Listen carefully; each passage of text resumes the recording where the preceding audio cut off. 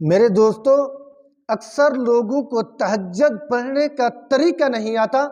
تہجد کے اندر تھوڑی بہت مسٹیک کر جاتے ہیں، جس کی وجہ سے وہ انوارات، وہ تہجد کے فضائل، وہ برکتیں اور رحمتیں ان کو نصیب نہیں ہوتی۔ تہجد اگر صحیح طریقے کے ساتھ ادا کی جائے اور جو اس کا طریقہ کار ہے اس کے مطابق پڑھا جائے، اور تہجد کے بعد جو پھر وظیفہ کیا جاتا ہے اس کے اندر بہت بڑی طاقت اور پاورفل گویا کہ عمل بن جاتا ہے۔ آج آپ کے سامنے تہجد کا طریقہ تو بتا دوں گا، لیکن اس کے ساتھ ساتھ ایک ایسا عمل بتا دوں گا جو انشاءاللہ العزیز آپ کی پریشانیوں کو، آپ کے مسئلوں کو، آپ کی الجھنوں کو، آپ کی تمام تر جو کاروباری مسائل ہیں، تجارتی رکاوٹیں ہیں، تجارت کے اندر کوئی بڑھوتری نہیں ہو رہی، سامان بک نہیں رہا، تو انشاءاللہ یہ تمام تر مسئلے آپ کے حل ہو جائیں گے۔ آپ سب سے پہلے تہجد کا طریقہ سمجھیں۔ میرے دوستو، تہجد کا مطلب کیا ہے؟ آدمی جب تھوڑی دیر سو کر اٹھتا ہے، اٹھنے کے بعد جو 2 رکعت صلاۃ التہجد پڑھتا ہے تو اسے صلاۃ التہجد کرتے ہیں، صلاۃ التہجد کہتے ہیں۔ تو آپ نے تھوڑی دیر آرام کرنا ہے رات کے وقت، چاہے 5 منٹ سوئیں یا 5 گھنٹے سوئیں۔ آرام کرنے کے بعد آپ نے کیا کرنا ہے؟ رات کے آخری پہر اٹھ جانا ہے، یا 12-1 بجے آپ کی نیند کھل جائے، بیدار ہو جائیں، تب بھی آپ کو تہجد کی فضیلت حاصل ہو جاتی ہے، آپ پڑھ سکتے ہیں۔ تو آپ نے سب سے پہلے باوضو ہونا ہے، سنت کے مطابق، مستحبات کے مطابق آپ نے وضو کرنا ہے۔ وضو کرنے کے بعد جو میری بہنیں اور مائیں ہیں وہ گھر کا کوئی ایک کونا خاص کر لیں جہاں پہ مصلی بچھا کے آپ تہجد کے رکعات، تہجد کے نوافل ادا کر سکیں۔ ایک کونا آپ خاص کر لیں، ٹھیک ہے؟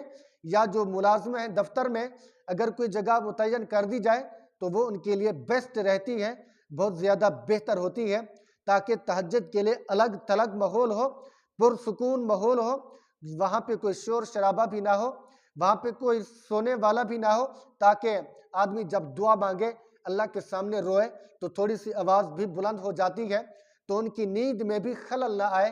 تو ان چیزوں کا آپ نے اہتمام کرنا ہے۔ تو باوضو ہو کے آپ نے سب سے پہلے نیت کرنی ہے۔ نیت کیا کرنی ہے؟ 2 رکعت نماز صلاۃ التہجد، منہ طرف کعبہ شریف کی، اللہ اکبر۔ زبان سے نیت کریں، یا نیت تو دل کے ارادے کا نام ہے، صرف یہ کہہ دیں اللہ اکبر، یہ بھی کافی ہے۔ یہ نیت جو زبانی لسانی یہ چند الفاظ سمجھائے جاتے ہیں، یہ سمجھانے کے لیے ہیں، ترغیب کے لیے ہیں، سکھانے کے لیے ہوتے ہیں کہ اس طرح آپ نے یہ نیت کرنی ہے۔ تو نیت کرنے کے بعد آپ نے تکبیر تحریمہ کہنی، اللہ اکبر، ہاتھ باندھ دینے ہیں۔ ہاتھ باندھنے کے بعد آپ نے سورہ فاتحہ پڑھنی ہے۔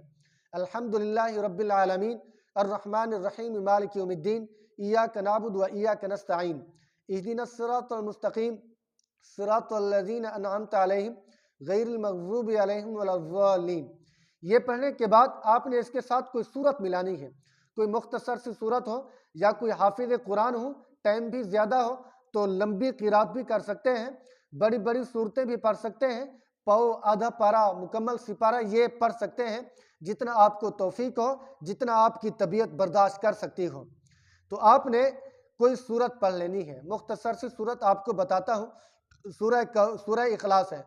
قل هو اللہ احد اللہ الصمد لم یلد ولم یولد ولم یکن لہ کفوا احد۔ آپ نے تعوذ اور تسمیہ بھی ساتھ پڑھنا ہے۔ پھر اس کے بعد آپ نے رکوع کرنا ہے، رکوع والی تسبیح پڑھنی ہے، سبحان ربی العظیم، سبحان ربی العظیم، سبحان ربی العظیم 3 مرتبہ۔ پھر اس کے بعد آپ نے اٹھ جانا ہے، پھر سجدے کے اندر چلے جانا ہے، سجدوں والی تسبیحات پوری پڑھنی ہے۔ پھر 1 رکعت آپ کی یہ مکمل ہوگی، ٹھیک ہے؟ 2 سجدے جب مکمل کر لیں پھر سیدھا قیام کی طرف چلے آئیں۔ پھر آپ نے بسم اللہ پڑھنا ہے، یعنی تسمیہ پڑھنا ہے، تعوذ ضروری نہیں ہے۔ پھر سورہ فاتحہ پڑھنی ہے، پھر اس کے بعد آپ نے کوئی سورت ملانی ہے، پھر رکوع سجود آپ نے مکمل کر لینے ہیں۔ اسی طرح 2 رکعت آپ کی یہ مکمل ہو گئی، تو اسی طریقے سے آپ نے اگلی 2 رکعتیں مکمل کرنی ہیں۔ پھر اگلی 2 رکعتیں اسی ترتیب کے ساتھ آپ نے پڑھنی ہے جو میں نے پہلی 2 رکعتوں کا آپ کو تفصیل کے ساتھ یہ طریقہ بتا دیا ہے۔ اگر کسی کو پھر بھی کچھ سمجھ نہ آتا ہو، کچھ باتیں رہتی ہوں، تو آپ ان باکس کے اندر کمنٹس کر کے پوچھ سکتے ہیں، تو انشاءاللہ میں آپ کو تسلی بخش جواب دوں گا۔ تو آپ نے اس طریقے کے ساتھ تہجد کو پڑھنا ہے۔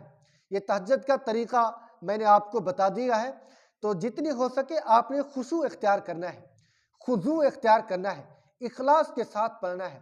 اس وقت چونکہ وقت بھی ایسا ہوتا ہے کہ بندہ اخلاص سے بھرا ہوا ہوتا ہے، رات کا سناٹا ہوتا ہے، کوئی دیکھ نہیں رہا ہوتا، صرف اللہ کی ذات اس بندے کو دیکھ رہی ہوتی ہے، تو بندہ سمجھتا ہے۔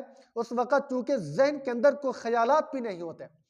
دن کی جو نمازیں ہوتی ہیں اس کے اندر شور شرابہ ہوتا ہے، گاڑیوں کا شور ہوتا ہے اور آوازیں آتی ہیں، سیٹیں بجتی ہیں، اور بازاروں کے اندر تو ویسے شور شرابہ ہوتا ہے، اور آدمی کے ذہن کے اوپر گویا کہ ایک بوجھ سا ہوتا ہے، سکون نہیں ہوتا۔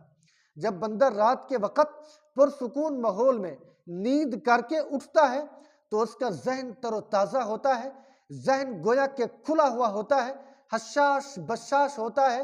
تو اس وقت جو توجہ اور دھیان کے ساتھ تہجد پڑھتا ہے، اللہ کا قرآن پڑھتا ہے، رکعات پڑھتا ہے، تو اس وقت اللہ کا دھیان اس کے اندر بہت زیادہ ہوتا ہے۔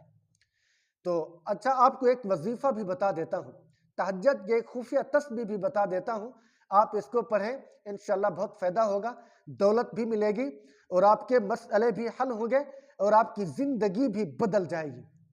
آپ نے کیا کرنا ہے؟ تہجد پڑھنے کے بعد ایک مختصر سا عمل ہے، انشاءاللہ العزیز اس کا فائدہ بہت زیادہ ہوگا۔ آپ نے کیا پڑھنا ہے؟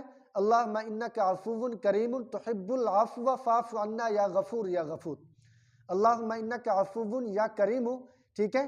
اس طرح آپ نے یعنی یہ تسبیح پڑھنی ہے، اللہم انک عفو کریم تحب العفو فاعف عنا یا غفور یا غفور، ٹھیک ہے؟ اگر کسی کو سمجھ نہ آئے تو میں اس کو کمنٹ میں لکھ کر آپ کو بھیج دوں گا، آپ کمنٹس کے اندر کہیں کہ مجھے سمجھ نہیں آئی، تو آپ کو اس کا ضرور جواب دیا جائے گا، ضرور میں تحریری صورت میں آپ کو لکھ کر بھیج دوں گا، ٹھیک ہے؟ اس مختصر سی تسبیح کو آپ نے پڑھنا ہے، جتنا ہو سکے ایک تسبیح پڑھیں، یا آپ کم بھی پڑھ سکتے ہیں، زیادہ بھی پڑھ سکتے ہیں۔ اس کے بعد آپ نے اللہ تعالیٰ سے دعا مانگنی ہے، کیونکہ اس تسبیح میں اللہ رب العزت کی درگزر کا ذکر ہے کہ اللہم انک عفو کریم، کہ اے اللہ آپ بخشنے والے ہیں، محبت کرنے والے ہیں، نہایت کریم ہیں۔ اللہم انک عفو کریم تحب العفو فاعف عنا یا غفور یا غفور، اور آپ درگزر کو معاف کرنے والے ہیں، درگزر کو گویا کہ پسند کرنے والے ہیں، محبت کرنے والے ہیں، تو مجھے بھی معاف فرما، میرے گناہوں کو بھی معاف فرما، یا غفور یا غفور، اے بخشنے والے، اے بخشنے والے۔ تو اس تسبیح کو بندہ جب پڑھتا ہے تو اللہ رب العزت کی ذات کو ترس آ جاتا ہے، رحم آ جاتا ہے۔ تو اس کو پڑھنے کے بعد آپ نے اللہ رب العزت کے سامنے دست دراز کرنا ہے، ہاتھ بلند کرنا ہے، دعا مانگنی ہے۔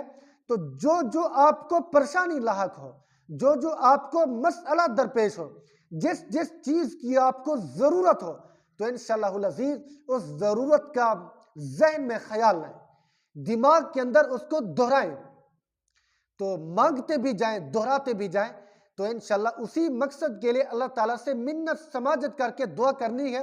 تو میں نہیں کہتا کہ اللہ رب العزت آپ کی دعا کو رد کریں گے، بلکہ جو مانگیں گے اللہ رب العزت آپ کو عطا فرما دے گا۔ اللہ تو چاہتے ہیں یار بندہ مجھ سے مانگے، مجھ سے تعلق جوڑے۔ جب کوئی راستہ نظر نہ آتا ہو، جب بندہ مایوس ہو چکا ہو، تو بالکل دنیا کے راستے منقطع ہو چکے ہوں، اس وقت اللہ رب العزت بندے کو راستہ دیتے ہیں، اس کی پریشانیوں کے خاتمے کے اسباب پیدا کرتے ہیں، تو بندے کو اللہ تعالیٰ کی ذات تنہا نہیں چھوڑتی۔ تو اسی لیے آئیں تو صحیح، اللہ سے مانگے تو صحیح، یاری لگائیں تو صحیح، پھر دیکھتے ہیں کیسے اللہ رب العزت ہماری ضرورتوں کو پورا کریں گے، ہمارے مسئلوں کو حل کریں گے۔ تو امید ہے کہ آپ کو تمام تر میری معلومات، میری یہ باتیں سمجھ آ چکی ہوں گی۔ تو دعا کرتے ہیں پروردگار عالم ہم سب کو صحیح مانے، اپنا فرما بردار بنائے، تہجد کا پابند بنائے اور دین کے اوپر چلنے والا بنائے۔ پھر آپ سے گزارش کروں گا کہ اگر آپ میرے چینل پر نئے ہو تو میرے چینل کو سبسکرائب ضرور کریں، کمنٹ کریں، لائک کریں۔ جزاکم اللہ خیر و احسن الجزا۔ السلام علیکم ورحمۃ اللہ وبرکاتہ۔